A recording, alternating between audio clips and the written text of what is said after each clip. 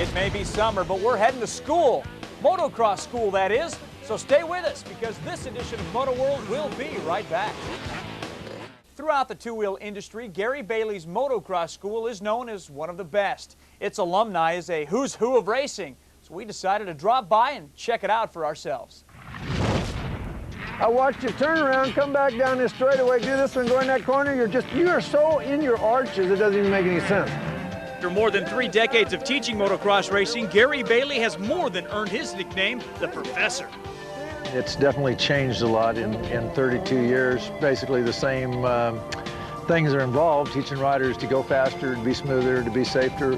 But you know, there's a lot of things that have changed as far as techniques and stuff. And other than that, I mean, basically we're trying to accomplish the same things, though. You know, be better on the jumps, faster, smoother through the corners, and get through the rough stuff, and be in control, and basically be a safe rider. I went out there and just watched this guy go over 4 jumps on this Suzuki over here.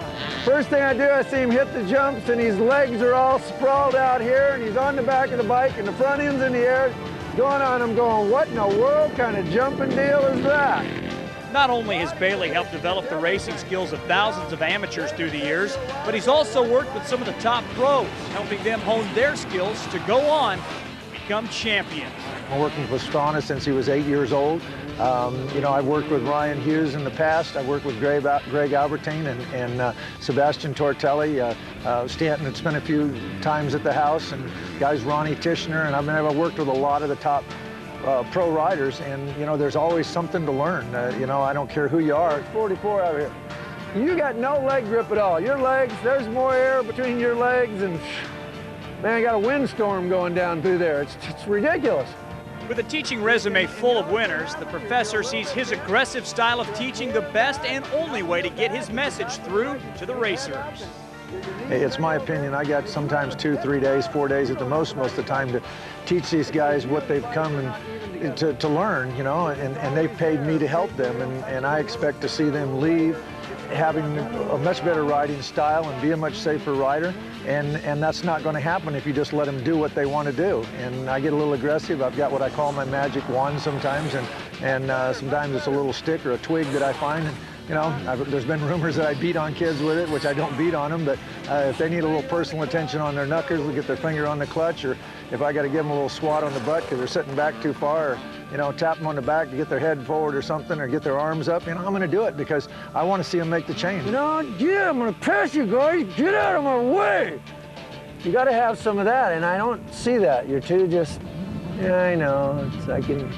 As for his students, they know that Bailey's tough love will mean results where it matters most, on the track. Well, he's tough, but that's the only way to get this stuff ingrained in your head.